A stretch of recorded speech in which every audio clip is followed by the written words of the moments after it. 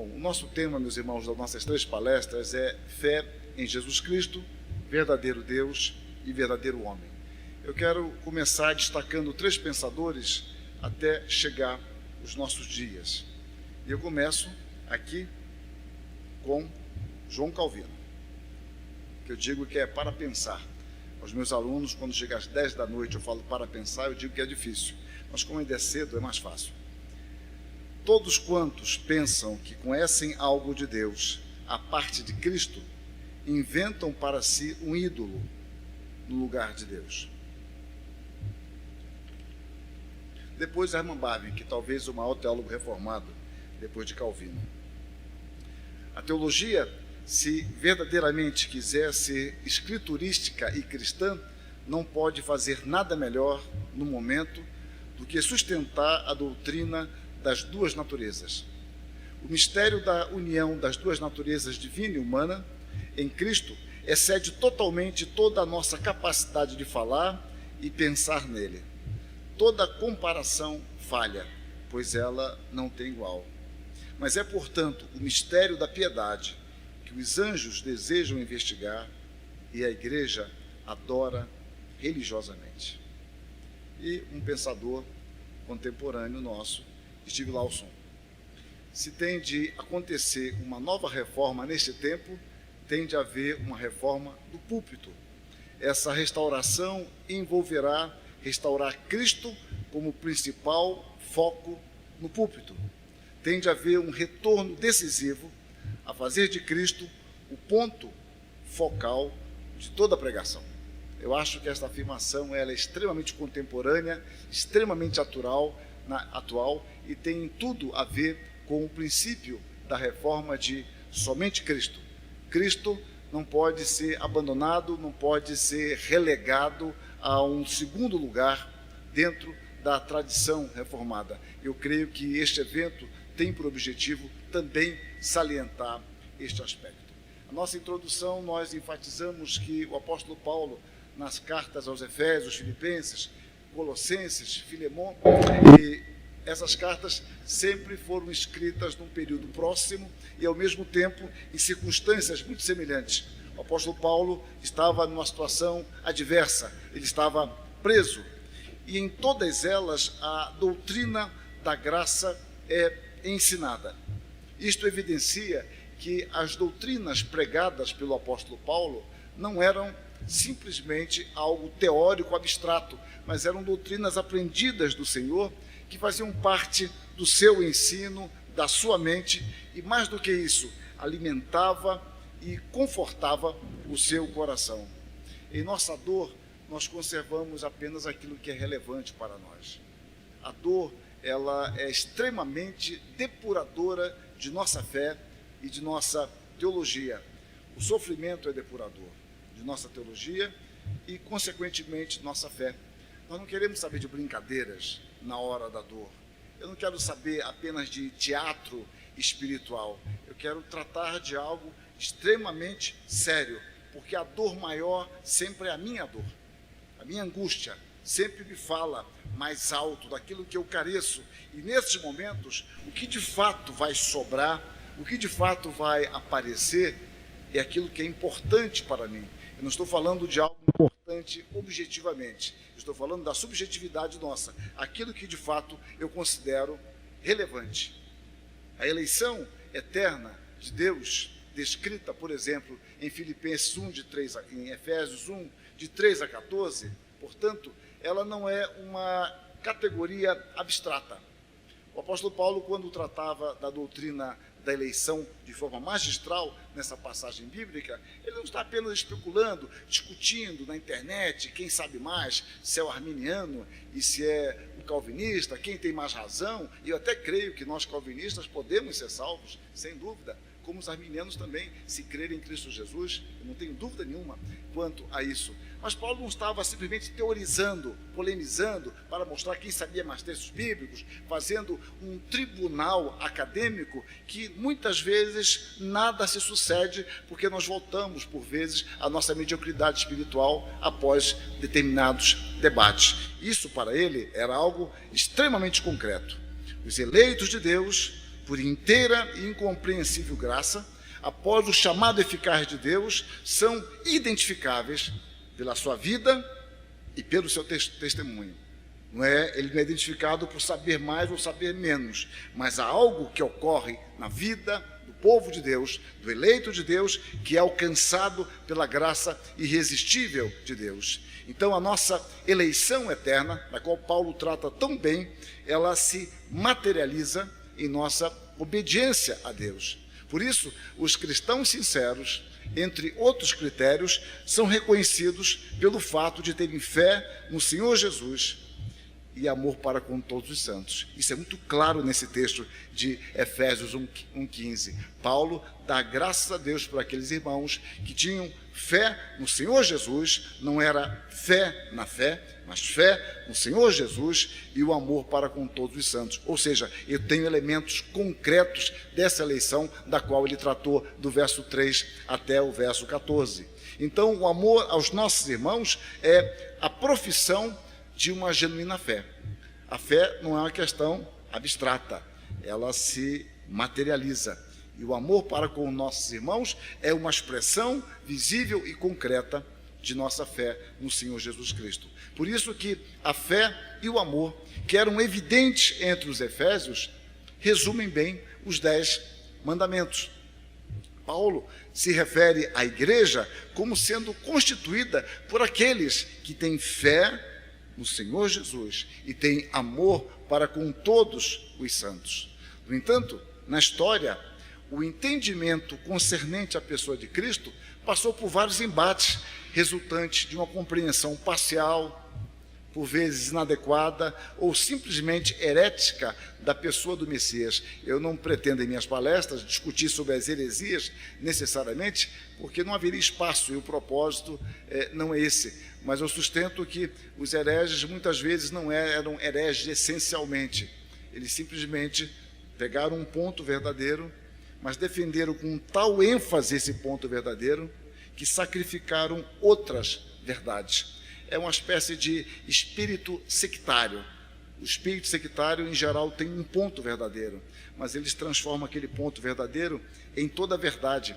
E quando você pega parte da verdade e a transforma em verdade absoluta, você cai numa heresia total. Isso sempre é perigoso para nós. Bom, queremos analisar positivamente e biblicamente a questão. Fé no Senhor Jesus, é o que Paulo diz em Efésios 1:15. Paulo, ele retoma o que dissera nos versos 12 e 13, demonstrando como a fé ocorre. A fim de sermos para louvor da sua glória, nós, os que de antemão esperamos em Cristo, em quem também vós, depois que ouvistes, vocês tiveram uma boa acústica, vocês ouviram a palavra da verdade, o evangelho da vossa salvação, tendo nele também crido, fostes selados com o Santo Espírito da promessa. Observem que a pregação da palavra antecede a tudo isso, porque a pregação faz parte do instrumento de Deus para gerar fé no seu povo. Então, Paulo aqui faz um resumo. Vocês são para o louvor da glória de Deus. Vocês ouviram a mensagem do Evangelho e creram neste Evangelho, que ele chama aqui de palavra da verdade, ele chama aqui de Evangelho da salvação. Então, a fé vem pelo ouvir do Evangelho, que Paulo chama aqui de Evangelho da vossa salvação. A palavra de Deus, então, ela é poderosa no propósito estabelecido, determinado pelo próprio Deus. O Evangelho é o próprio Cristo. E esta é uma questão que nós não podemos nos esquecer. Sem Cristo não há Evangelho. Não há Evangelho sem uma palavra de salvação amparada na obra de Jesus Cristo. Não existe Evangelho sem cruz. Não existe Evangelho incruento, sem sangue. Sem Cristo, nós nada temos a oferecer para ninguém. Podemos fazer uma obra social interessante, ter um discurso acadêmico talvez instrutivo, mas nós não temos nada para oferecer de diferente. A mensagem da cruz é o cerne do Evangelho. Jesus Cristo é o próprio Evangelho. O cristianismo, antes de ser um ensinamento, é uma pessoa. Jesus Cristo, verdadeiro Deus e verdadeiro homem. Anunciar o Evangelho é anunciar a Cristo, não as nossas impressões ou percepções. O Evangelho é de Deus, o Evangelho não nos pertence. Eu posso fazer o que eu quiser dentro dos limites próprios, daquilo que eu tenho, daquilo que pertence a mim. O Evangelho é de Deus. Eu posso compartilhar minhas intuições e reflexões. O Evangelho, no entanto, é para ser pregado. O pregador não é para compartilhar a experiência. Eu não quero saber da sua experiência, eu quero saber do Evangelho. A igreja vem para ouvir a mensagem do Evangelho. A sua experiência sua é subjetiva, pode ser muito interessante, mas não é a sua experiência que vai me salvar. Quem vai me salvar é Jesus Cristo. E a igreja precisa ouvir a mensagem do Evangelho, que é para ser anunciada. E justamente pelo fato de o Evangelho ser centrado em Cristo, é que a genuína fé, que é identificada como salvadora, não é uma crença qualquer, cujo teor seja indefinido, tendo como virtude apenas o fato de poder crer, uma espécie de fé na fé. É muito comum as pessoas falarem de, eu tenho muita fé, e as pessoas creem naquilo que Tucídides, na história da Guerra do Peloponeso, dizia, que a questão está no nome que você dá, o nome que você dá. Então eu posso chamar um ato de covardia de prudência, eu posso chamar um ato de heroísmo de imprudência, ou será que eu chamei de imprudência, mas na realidade aquilo é um heroísmo mesmo? Você dá nome de acordo com a sua percepção da realidade. Então nós pensamos que o nome em si carrega poder nas coisas. E nós então definimos, nós muitas vezes falamos de fé, mas no nosso íntimo, o que nós chamamos de fé é obra. Nós apenas chamamos de fé e achamos que santificar a palavra fé atira do lamaçal daquilo que nós cremos como obra. Então eu tenho o nome de fé, mas no fundo eu creio que é obra, porque eu tenho muita fé. Então nós achamos que a fé resolve a questão e não sabemos que ninguém é salvo pela fé. Nós somos salvos pela graça, mediante a fé em Cristo Jesus. Dou graças a meu Deus pela fé que vocês têm no Senhor Jesus Cristo. É uma fé muito bem direcionada. O Evangelho não é algo como uma garrafa PET, que depois de esvaziada do seu conteúdo original, pode ser preenchida com amaciante, detergente, água ou alguma outra substância. Eu mesmo passei um ano com a garrafa PET, enchendo daqueles lacrezinhos de refrigerante ou de cerveja, o que é que seja. Eu fiz verdadeiros exercícios na rua, saindo pegando aquilo. Minha filha brincava, o pai, você está com toque. Não, eu falei, não estou com toque coisa nenhuma. Eu estou enchendo a garrafa, porque 140 garrafas geram uma cadeira de rodas. A garrafa era PET, mas o lacre era o seu conteúdo. O Evangelho não é uma carcaça vazia que agora eu coloco o que eu quiser ali dentro. O Evangelho é delimitado pela própria palavra. O Evangelho sem cruz não é Evangelho. O Evangelho sem a majestade de Deus não é Evangelho. Evangelho sem justiça de Deus não é Evangelho. Evangelho sem graça, misericórdia não é Evangelho. Então nós não temos liberdade de encher esse Evangelho com aquilo que eu acho, mas nós temos que voltar à Escritura. O Evangelho, conforme a Escritura nos ensina, é o próprio Senhor Jesus Cristo. Podemos anunciar ou não o Evangelho, porém não temos a liberdade ou prerrogativa de modificá-lo, adocicá-lo ou fazer um mix com outros ingredientes, porque assim nós permaneceríamos com o nome, mas o conteúdo estaria adulterado, ele teria sido esvaziado, empobrecido. A essência do Evangelho é um próprio Jesus Cristo, e eu não posso transformar o Evangelho numa água de colônia. Quando eu transformo o Evangelho em água de colônia, na realidade eu perdi a essência e adulterei o Evangelho. O Evangelho, ele não nos pertence, ele pertence a Deus. Deus é o autor do Evangelho, Deus é o preservador do Evangelho. A boa nova é de Deus, cujo conteúdo é o próprio Deus anunciando a salvação para todos aqueles que sinceramente o desejarem. Ou seja, Deus é o autor do Evangelho e o conteúdo é o próprio Deus. A mensagem do Evangelho é a mensagem que envolve a majestade de Deus. Portanto, o Evangelho tem como conteúdo a essência a Jesus Cristo como Senhor e Salvador, conforme é registrado, conforme é revelado na Escritura. John MacArthur, um autor contemporâneo bastante incisivo, diz que ter fé é crer que aquilo que Deus diz é verdade. O conteúdo da fé cristã é a palavra revelada de Deus. E enquanto nós não percebermos isto, que nós não temos alternativa, ou nós pregamos o Evangelho, ou nós não pregamos coisa alguma, enquanto nós não entendermos isso, nós corremos o risco de esvaziar o Evangelho, esvaziar a igreja da possibilidade de ouvir a Deus falando, porque quando você anuncia o Evangelho fielmente, é Deus falando por seu intermédio. Jesus Cristo, então, ele é a palavra encarnada. Portanto, fé é o abandono de toda confiança em obra produzida por nós mesmos como fundamento de nossa justificação e salvação. Nós somos declarados justos por Deus em Cristo. Aquilo que veio de graça para nós custou o precioso sangue. É por isso que ninguém será salvo senão pelas obras do Pai, do Filho e do Espírito Santo. Sem as obras da Trindade não haverá salvação pela graça. A salvação não é graça para Jesus Cristo. O pacto da graça para nós foi o pacto das obras para Ele. O precioso sangue de Cristo. Fomos comprados por bom preço.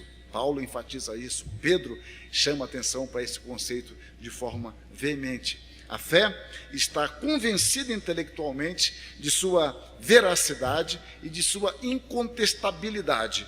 Ora, a fé é a certeza de coisas que se esperam, a convicção de fatos que se não veem. A fé envolve o nosso intelecto, mas a fé não é dominada pelo nosso intelecto, mas existe a certeza, existe de fato convicções. Então, além deste elemento intelectual, consiste numa rendição incondicional ao seu Senhor, em quem descansa de forma amorosa e confiante. Não é apenas um exercício intelectual. A fé se manifesta de uma maneira, de um modo concreto. A fé ultrapassa a nossa capacidade racional, embora envolva, bem como a sua demonstração lógica. É que às vezes nós criamos categorias que são puramente armadilhas, quando alguém quer nos colocar 8 ou 80, ou a fé é racional ou ela é irracional. E a pergunta sempre é, mas quem me diz que essas duas opções são as únicas viáveis? Quem me diz que o limite da realidade é o limite da categorização que eu estabeleço? Racional e irracional, 8 e 80. Será que entre 8 e 80 não existe um 42? Um 59? Por que a fé tem que ser racional ou irracional? Ou ela não pode ser suprarracional? Uma categoria que eu não estabeleci na forma a priorística que eu estabeleci para você pensar. Eu quero dominá-lo pela minha definição. E definir significa justamente dominar. Alice McGrath, um dos maiores intelectuais reformados da atualidade, diz que a fé não contradiz a razão, mas a transcende por meio de uma jubilosa libertação divina dos frios e austeros limites da razão e da lógica humanas. Reparem, ele mesmo, com 2 doutorados, não está dizendo que a razão é má, que a lógica humana é ruim, mas ele está dizendo que a fé, ela vai além disso.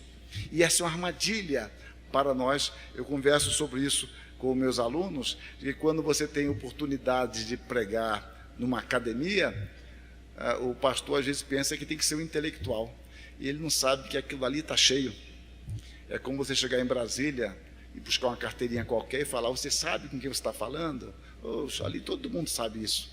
Todo mundo ali puxa, alguém é cozinheiro de alguém roubou de alguém, ou seja, ali todo mundo tem poder.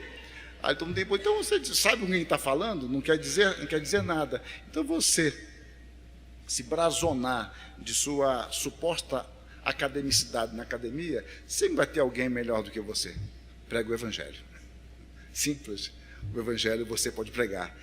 A igreja é especialista nisso, não nos percamos diante desse fato e desse confronto que é possível em diversas circunstâncias. Então, a fé que não parte de um conhecimento verdadeiro e por isso mesmo não é vivencial, não é a verdadeira fé bíblica.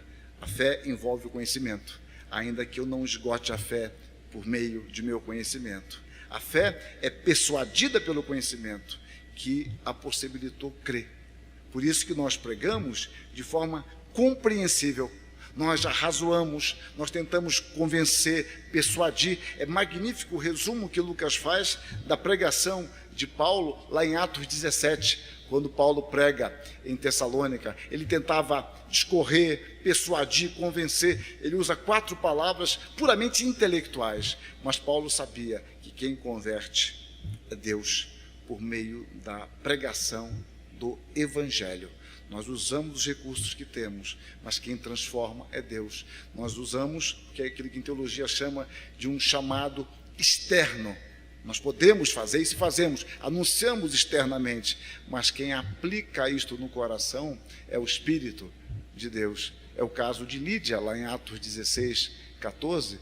Ela era uma mulher muito fina e educada, porque ouvia Paulo com atenção, mas foi o Senhor quem abriu, inclinou a sua mente para atender às coisas que Paulo dizia. Bom, a fé, diz o Bavinck, salvadora, é um conhecimento seguro, que produz segurança e certeza. Conhecimento e segurança caminham juntos. Nós conhecemos o nosso Deus. Nós podemos cantar como aquele velho hino: eu sei em quem tenho crido, estou certo que é poderoso. Nós sabemos quem é o nosso Senhor. Podemos cantar um hino que reflete a fé do apóstolo Paulo no caso de sua existência, e alguns poderiam olhar para aquele homem que teria um grande futuro no judaísmo, agora morria ali abandonado. Mas ele estava tranquilo, porque eu sei em quem tenho crido. A sua fé se amparava no conhecimento seguro de quem era o seu Deus. Então, precisamos analisar alguns aspectos da fé. Primeiro, eu chamo de fé teocêntrica. Biblicamente falando, a fé salvadora é uma fé teológica, e esta é cristocêntrica.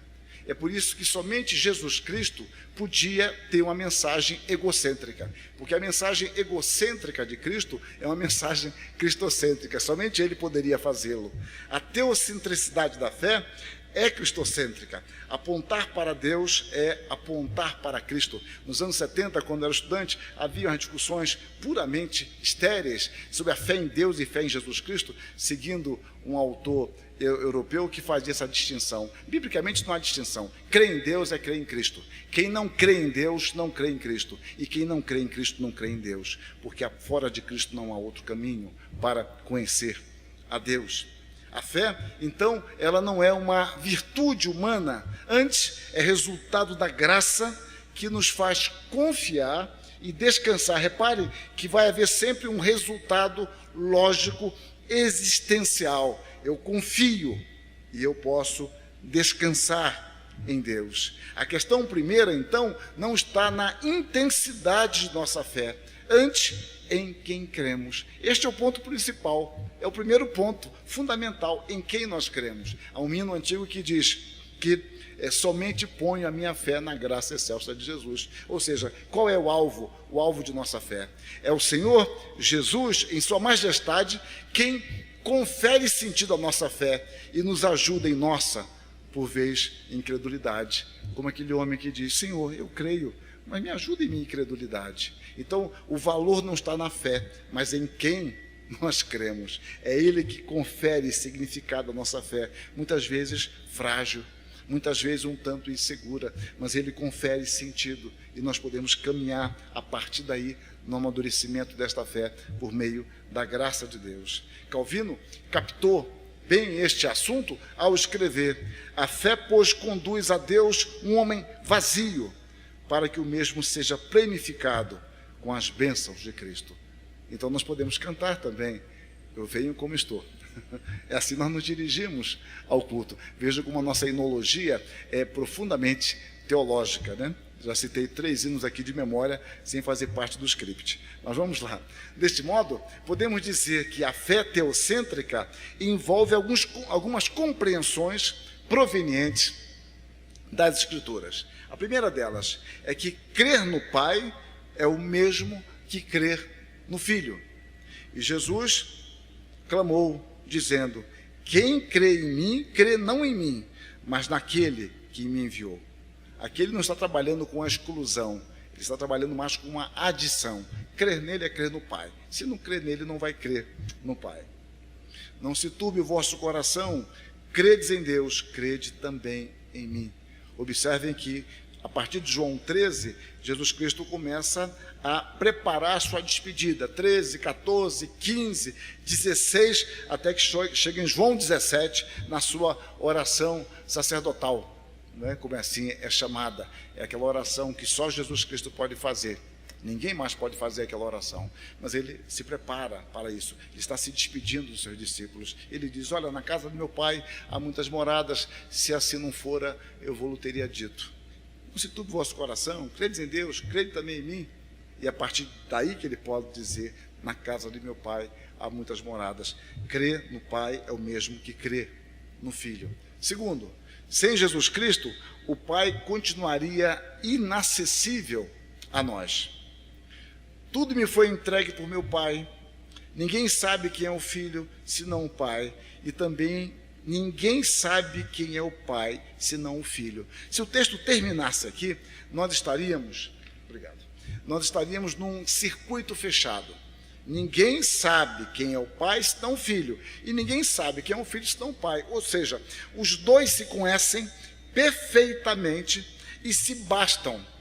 Mas Jesus Cristo acrescenta: e aquele a quem o Filho quiser revelar. Por isso que conhecer a Deus é sempre uma questão de graça. Sem a graça, nós jamais poderíamos conhecer, porque a graça de Deus é capacitante. Aí vocês podem cantar um hino. Hoje eu estou bastante melódico. Vocês podem cantar o hino 250. Ouviu o Salvador dizer: vem descansar em mim. Você ouviu o Salvador dizer porque Deus foi gracioso, senão você nunca ouviria isso. Fui a Jesus e lhe entreguei meu triste coração, abrigo e paz, eu nele achei consolação. Mas você foi pela graça, porque sem a graça você não ouviria jamais salvadoramente a mensagem, e você jamais atenderia ao convite gracioso de Deus. E é por isso que quando Pedro confessa que Jesus Cristo é o Filho de Deus vivo, eu menciono isso aqui à frente, eu apenas adianto, Jesus Cristo diz: bem-aventurado és, Simão Bar-Jonas, porque não foi carne e sangue quem te revelaram, mas meu Pai que está nos céus. Porque quando ele confessa que Jesus é o Cristo, estava se cumprindo isso aqui. Ninguém conhece o Pai senão o Filho. E se eu conheço o Filho é pelo Pai, e se eu conheço o Pai é pelo Filho. Há uma retroalimentação santa e salvadora. O texto depois encontramos em Jesus Cristo dizendo: eu sou o caminho e a verdade e a vida. Ninguém vem ao Pai senão por mim. Se vós me tivesses conhecido, conhecerias também meu Pai. Este agora o conheceis e o tendes visto. Então Jesus Cristo é o caminho. Em Jesus Cristo você encontra um padrão de vida, é o padrão ético. Jesus Cristo é o caminho. Jesus Cristo é a verdade. Você encontra a verdade em Cristo essencial. Ele é a verdade metafísica, porque ele não é apenas verdadeiro. Só pode existir verdadeiro se houver verdade. Um problema ético que nós enfrentamos é: como não há verdade, não pode haver verdadeiro. Aí você vai lembrar a música de 78, me parece, do Rui Guerra, que reflete uma bula papal: não existe pecado na linha abaixo do Equador. Não existe pecado na linha abaixo do Equador porque não há lei. Não há pecado porque não há lei. Ou seja, faça o que você quiser. Para nós, há uma verdade. E por isso nós cremos no verdadeiro. A palavra de Deus não é verdadeira, ela é a verdade. E o que nós podemos chamar de verdadeiro tem que encontrar a sua justificação na verdade. Por isso Jesus Cristo diz: santifica-os na verdade, a tua palavra é a verdade. Jesus Cristo, então, é a verdade absoluta. E nele nós encontramos o sentido da vida, da nossa existência. E ele então diz: ninguém vê ao Pai senão por mim. Se vós me tivesses conhecido, conhecerias também a meu Pai. Porquanto, diz Paulo, há um só Deus e um só mediador entre Deus e os homens, Cristo Jesus, homem. Uma fé supostamente depositada no Pai, sem aceitação do Filho como Senhor e Salvador, não é a genuína fé bíblica. Alguém, não, fulano crê em Deus, só não crê em Jesus Cristo. Bom, essa não é a fé genuinamente bíblica. Ninguém poderá crer em Deus sem a fé em Jesus Cristo. Ninguém pode ter a Deus como Pai sem Jesus Cristo como irmão primogênito e Senhor. Esta fé não é, então, um sentimento vago a respeito de algo ou alguém, antes é resultado de um conhecimento pessoal de quem é, de fato, Jesus Cristo. Não é uma coisa vaga, eu tenho uma fé mais ou menos, assim, eu creio, mas não creio, quem sabe, nem tanto, nem tão pouco, e nós ficamos variando. A fé cristã é um conhecimento seguro de quem é o nosso Deus por meio de Jesus Cristo. Ele é o Senhor. O texto nos fala de uma fé no Senhor Jesus. Quem é, então, Jesus em quem cremos? Quem é Ele? Ele é apenas um homem com uma ética perfeita? Um grande mestre? Um filantropo? Aquele que sabia como mais ninguém interpretar as necessidades e carências humanas? Um Marte da Paz, tinha um hino abestado que as igrejas cantavam antigamente, isso que tem o Marte da Paz. Jesus Cristo não é Marte coisa nenhuma, ele se deu. Mas bom, eu já estou me antecipando aqui, é que me irrita esse Marte da Paz, me perdoe. É final do ano, eu estava falando do doutor Hélio, final do ano eu fico mais irritado facilmente. Então, cuidado com as perguntas. Bom, então... é uma brincadeira. Sem dúvida, algumas dessas classificações podem ser verdadeiras.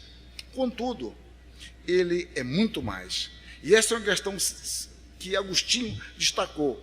Ou você reconhece que Jesus Cristo é Deus, ou nada mais adianta. Você pode dizer uma série de coisas verdadeiras sobre Jesus Cristo, mas se ele não é Deus, não importa. Você está sempre baixando o nível, você deixa de reconhecê-lo tal qual ele é, o Deus encarnado, verdadeiramente Deus, verdadeiramente homem. Então, a questão é, o que pensais vós de Cristo? Essa é a pergunta que Jesus Cristo fez e permanece viva ainda hoje para nós. Quem é esse Jesus Cristo? O que nós pensamos disso? Ele, de fato, é o Senhor, o Deus encarnado, verdadeiramente Deus e verdadeiramente homem. Sem este conhecimento de Cristo, nós não podemos nos dizer cristãos. Sem a centralidade de Cristo, não há evangelho, não há boa nova. O evangelho é precisa e especificamente a apresentação da pessoa de Cristo, de sua obra e ensinamentos. Eu corro o risco sempre de tornar o cristianismo apenas um conhecimento ético. Nos anos 50 havia uma tendência muito forte disso, o que Jesus falou, o que Gandhi falou, olha que coisa bonita, e quando alguém fala de Jesus nós ficamos animados e nos esquecemos que apenas pega um ensinamento dele, mas não tem preocupação, não tem nenhum sentido entender a sua pessoa. Se você desafiar, mas ele é Deus, está fora de questão, é apenas um grande mestre.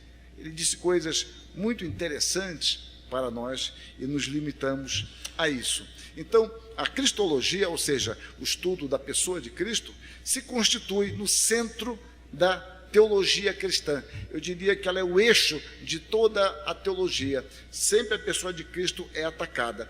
Dois assuntos constantes, recorrentes na história da igreja é a autoridade bíblica e a pessoa de Cristo. Autoridade bíblica porque se eu minar o chão de onde parte a nossa fé, que é a palavra, se o terreno ficar escorregadio, eu não tenho firmeza para mais nada. E se eu minar a pessoa de Cristo, não há salvação. Então eu começo minando a palavra, para depois minar a revelação dessa palavra que nos fala de Cristo. Sempre são dois temas recorrentes. Ela, a cristologia, a pessoa de Cristo, é o eixo da teologia bíblica. Uma visão defeituosa da pessoa e obra de Cristo determina a existência de uma teologia divorciada da plenitude da revelação bíblica. É por isso que o nosso evangelho no Brasil está tão macumbeiro. Nosso evangelho é espírita, apenas muda o nome, só mudou o nome. É simples. Eu creio na mudança transmetafísica da existência se eu mudar o nome. É bem bonito, até me arrepio quando falo isso. Mas você crê que mudar. Se eu chamar isso aqui de computador, passa a ser. Isso me faz, eu vou usar um exemplo acadêmico, não sei se vocês vão me entender, mas vamos lá. Me faz lembrar aqueles desenhos animados que fica lá o pato e o coelho, ou o porquinho, em geral é meu ídolo lá, o Patolino. Ele lá é um porquinho numa ilha, com fome. Daqui a pouco um começa a olhar para o outro e já não vê mais o outro. O pato vê lá o porquinho rodando lá e com a maçã na boca, em geral. E o outro vê um pato assado. Mas na realidade os dois estão vivos, não estão assados, para a tristeza de ambos, mas para a prevalecência do desenho. Bom, então você pensa que mudar o nome muda a coisa. Então é por isso que nós temos não é espiritualizado, espiritianizado, um neologismo que estou me criando aqui agora, o evangelho, e o nosso evangelho tem sido bastante pagão, bastante católico, porque não adianta o evangelho atingir 30 milhões, 40 milhões de pessoas, se a nossa mentalidade é católica. Se a nossa mentalidade for católica, não adianta. O evangelho, ele tem que entrar em nossa mente, e isso, em nosso coração, realizar uma transformação que se manifeste em nossa cultura. É como antigamente, né, tinha uns salvadores da teologia, falava assim: pregue como um calvinista e ore como um arminiano. Oh, que bênção, né? Bobagem. Que coisa. Você é um esquizofrênico intelectual, espiritual? Que coisa mais boba. As coisas assim são difundidas, mas vocês não viveram isso. É que antigamente acontecia essas tolices. Ou você crê em Deus, ou a sua fé em Deus, ela é toda abrangente, ou senão não é fé bíblica. Quer dizer, eu não posso ter uma fé em Deus que ela é apenas conduzida para um lado quando me é interessante. E não, agora eu vou deixar de ser, eu vou ser dessa forma. E repare, não estou combatendo aqui os nossos irmãos arminianos, nem defendendo os calvinistas. Minha questão não é essa, minha questão é de coerência. Eu estava num evento na Fiel, naquele curso da Fiel de Liderança, há uns 2 anos atrás, e um aluno me procurou e falou: olha, reverendo, eu sou um arminiano convicto. Bom, bem, o que o senhor acha que nós deveríamos fazer? Eu falei para ele na época: publiquem Armínio em português. Nem eu sabia que a Assembleia de Deus já estava produzindo aquilo ali. Era uma voz profética a posteriori. Bom, e é isso. Não estou defendendo corrente teológica nesse momento. Eu estou dizendo que nós temos que ter uma coerência do nosso pensar. Nós não podemos ser fragmentados, né? A ideia da esquizofrenia usa a palavra, não é para ofender quem pode ter essa doença, mas é por causa da palavra, né? De esquizo, fragmento. Então você não pode ter uma mente, vamos usar fragmentada ou tripolar, o pessoal do Sul gosta do trilegal, né? Então, uma mente fragmentada em que a minha fé aqui é uma coisa, quando eu estou em aflição é outra, quando eu me relaciono com o meu patrão é outra, e quando eu sou patrão sai de baixo. Ou seja, porque a minha fé ela não tem consistência. Daí eu sempre insisti que calvinismo ou teologia reformada não são 5 pontos, nem 10, nem 1000. É uma perspectiva da realidade, partindo da palavra de Deus, usando a figura de Calvino dos óculos, que nos permitam ler a realidade a partir da palavra. Isso não é questão imediata, nem por osmose. Envolve estudo, oração, submissão. Daí que a grande oração do exegeta cristão é: desvenda os meus olhos para que eu contemple as maravilhas da tua lei. Mas deixa eu continuar, eu vou parar às 9h10, para a tristeza de vocês, porque não queriam que eu parasse 9h10, eu sei. Vão querer que eu pare às 9. Mas uma horinha só. Bom, eu estou seguindo 1 hora conforme me deram. Só podemos falar do Cristo Salvador se ele de fato for como é o Deus encarnado. Se ele não é o Deus encarnado, eu não posso falar de salvação. Eu não posso fazer um self-service teológico. Esse é um problema.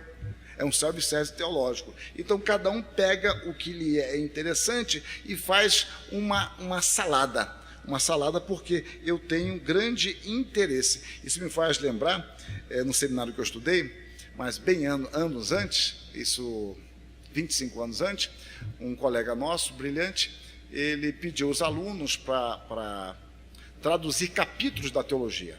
Capítulos da teologia. Muito bem, legal. Fizeram uma antologia teológica. Uma antologia. Antologia teológica. E aquilo era muito interessante, porque ninguém sabia qual era a linha, que tinha capítulos de tudo quanto é teólogo, tinha até crentes ali dentro. Então você fala, peraí, gente, mas como é que eu formo uma mentalidade? Isso era tido como uma quinta essência do saber. Eu tenho uma obra. Então, como uma quinta essência do saber, não se percebia que não tinha um quadro de referência, uma percepção clara. Se você não tem um quadro de referência, não adianta o que você lê. A questão não está no que você lê, mas como você lê. Ser um referencial teórico que me permita avaliar, ouvir o canto da sereia sem me atirar no mar, sem precisar ficar preso no mastro como Ulisses, nem colocar betume no ouvido. Isso é difícil, mas nós precisamos, de fato, ler, conhecer, mas temos que saber naquilo que nós cremos. Temos que ter um referencial. Bom, mas isso é uma outra questão, eu já me divaguei demais. A nossa redenção não foi levada a efeito pelo Logos divino, nem pelo Jesus humano, mas por Jesus Cristo, Deus homem. Eu creio na divindade de Cristo. Mas ele é homem? Não, não é. Então ele não salva ninguém. Eu creio na humanidade de Cristo. Você crê que ele é Deus? Não. Então ele não salva ninguém. Porque não foi o Jesus humano, nem foi o Logos divino que nos salvou. Foi Jesus Cristo, verdadeiramente Deus e verdadeiramente homem.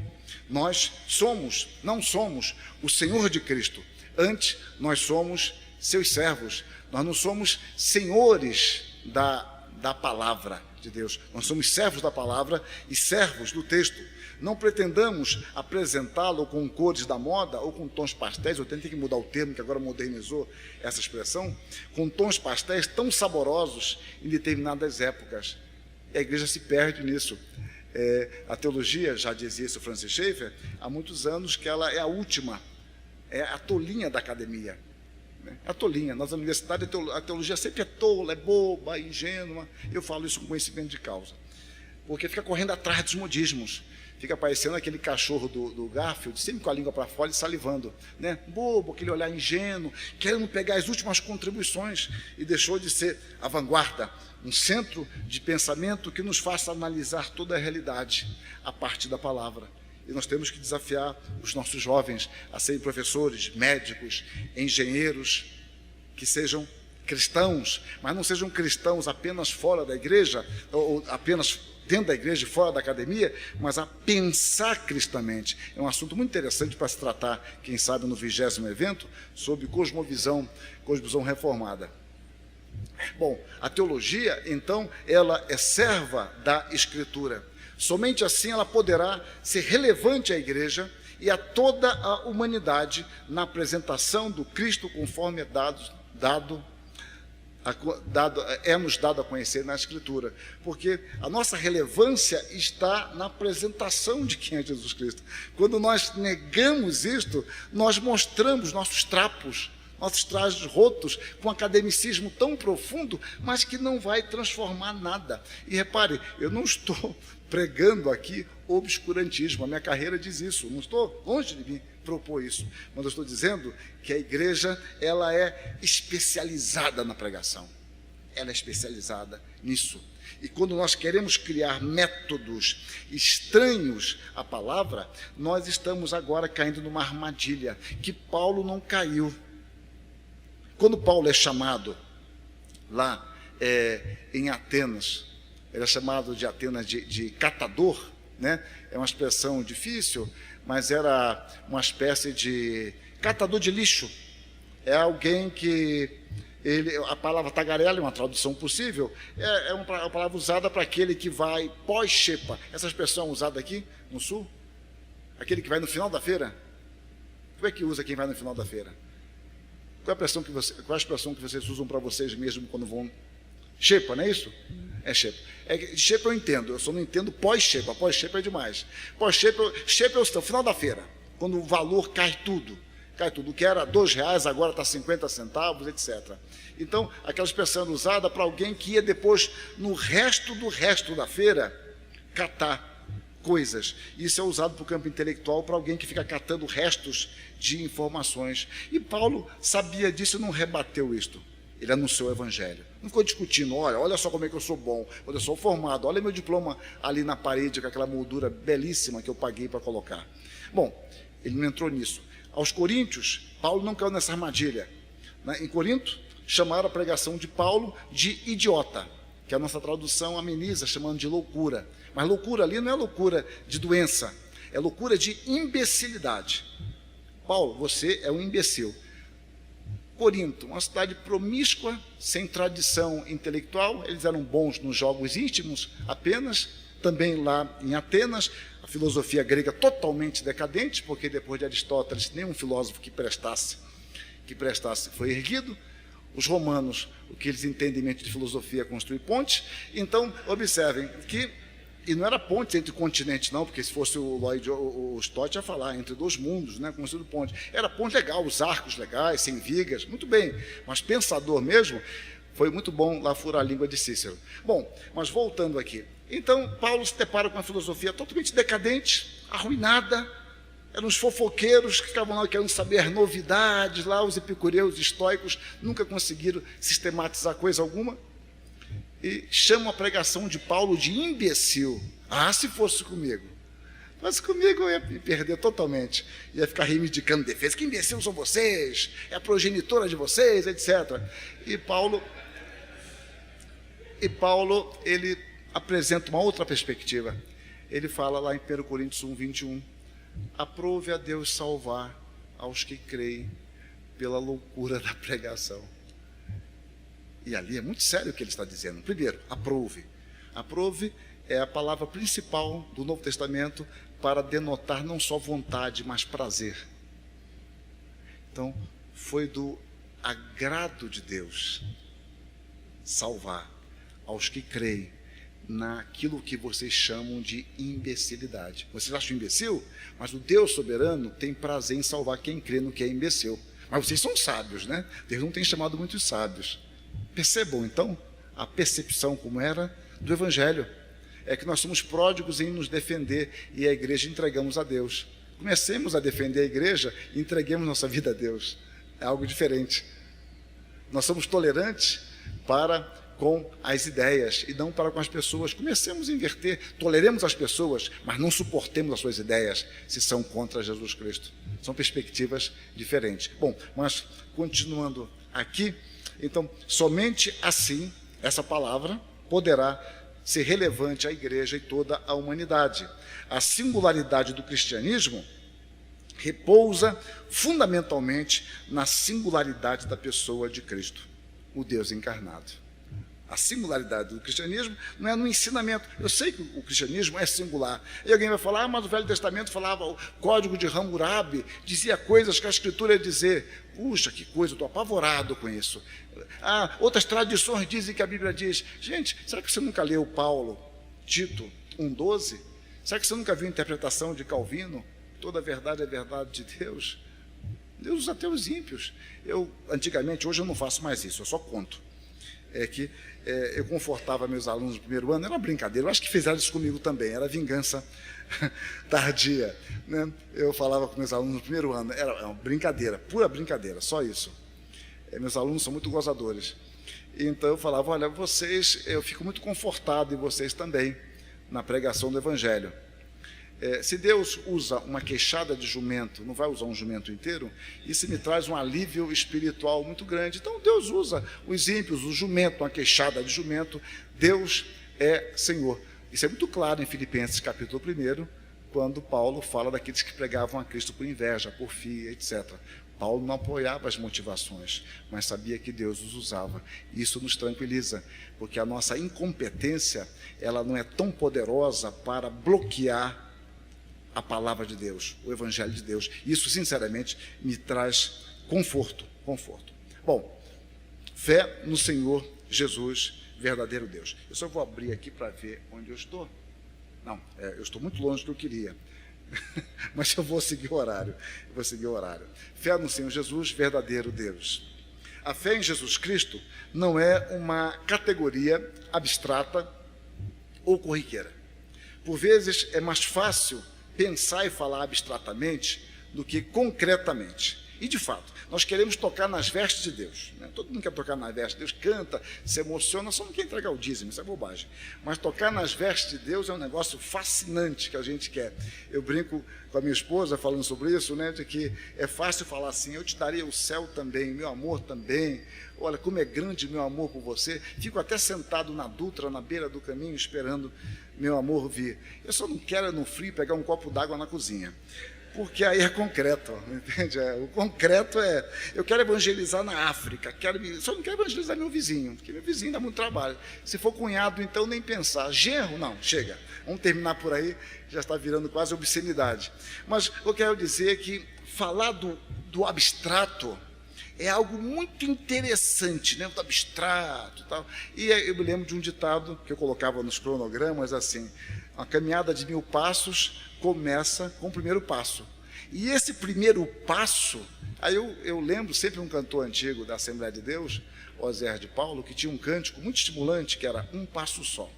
Bom, então dê um passo, comece por um passo. O difícil é isso, é você começar. Então nós queremos coisas grandiosas, mas não queremos começar.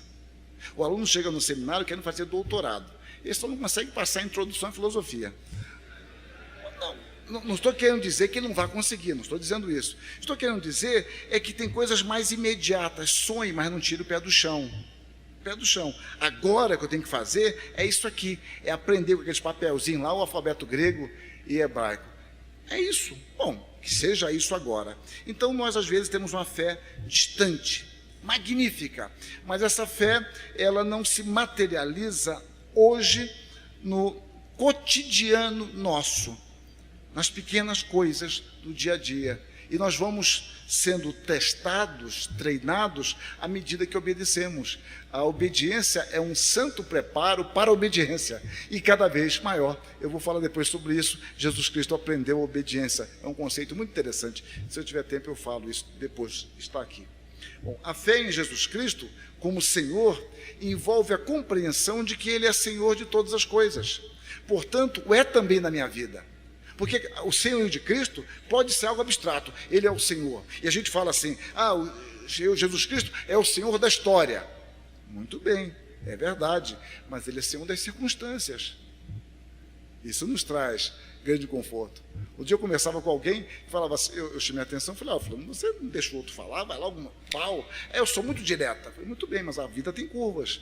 Ou seja, você tem que entender que as coisas não são tão simples assim. Então nós podemos começar a pensar, não, o Senhor é da história.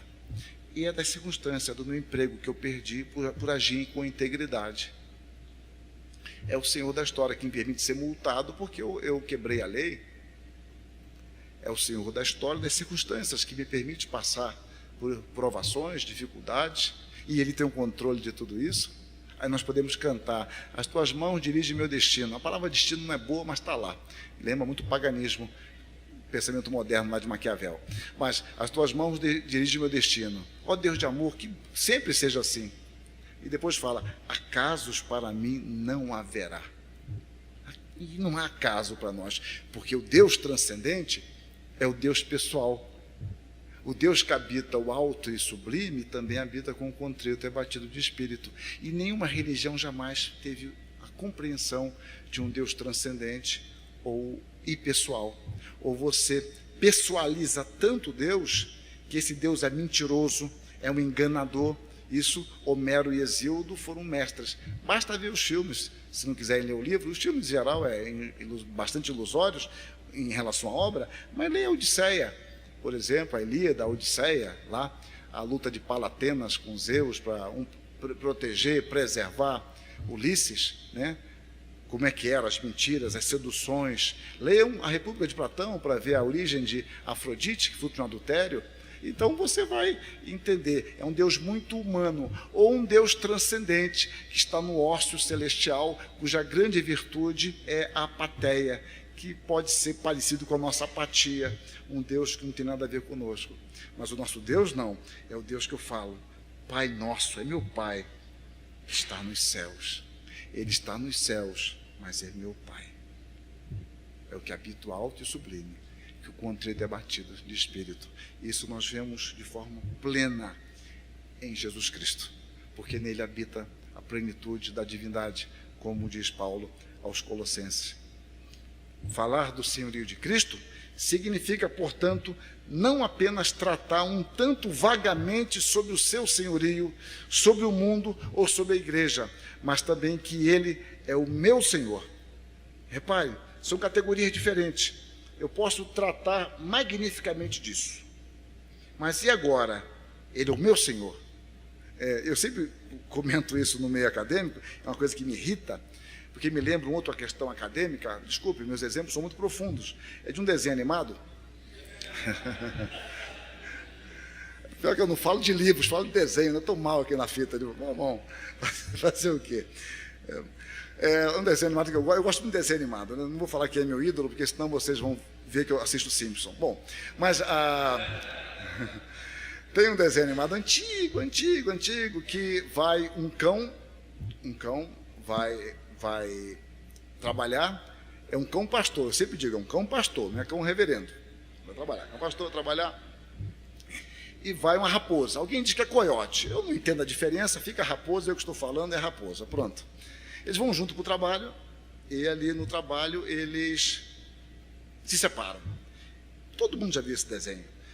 O coiote, que é raposa, fica tentando roubar as ovelhinhas, e o cachorro atirando, vigiando, tal, até que chega num momento assim, mais emocionante do desenho, que eu até me arrepio naquele momento, de grande sensibilidade, é quando o cão pega aquela raposa e vai dar um golpe mortal, e quando vai dar um golpe mortal, toca o final do expediente, 17 horas, tocou, está ali na árvore, aí ele bota a raposa no chão, alisa, até amanhã, então, eles são inimigos de expediente.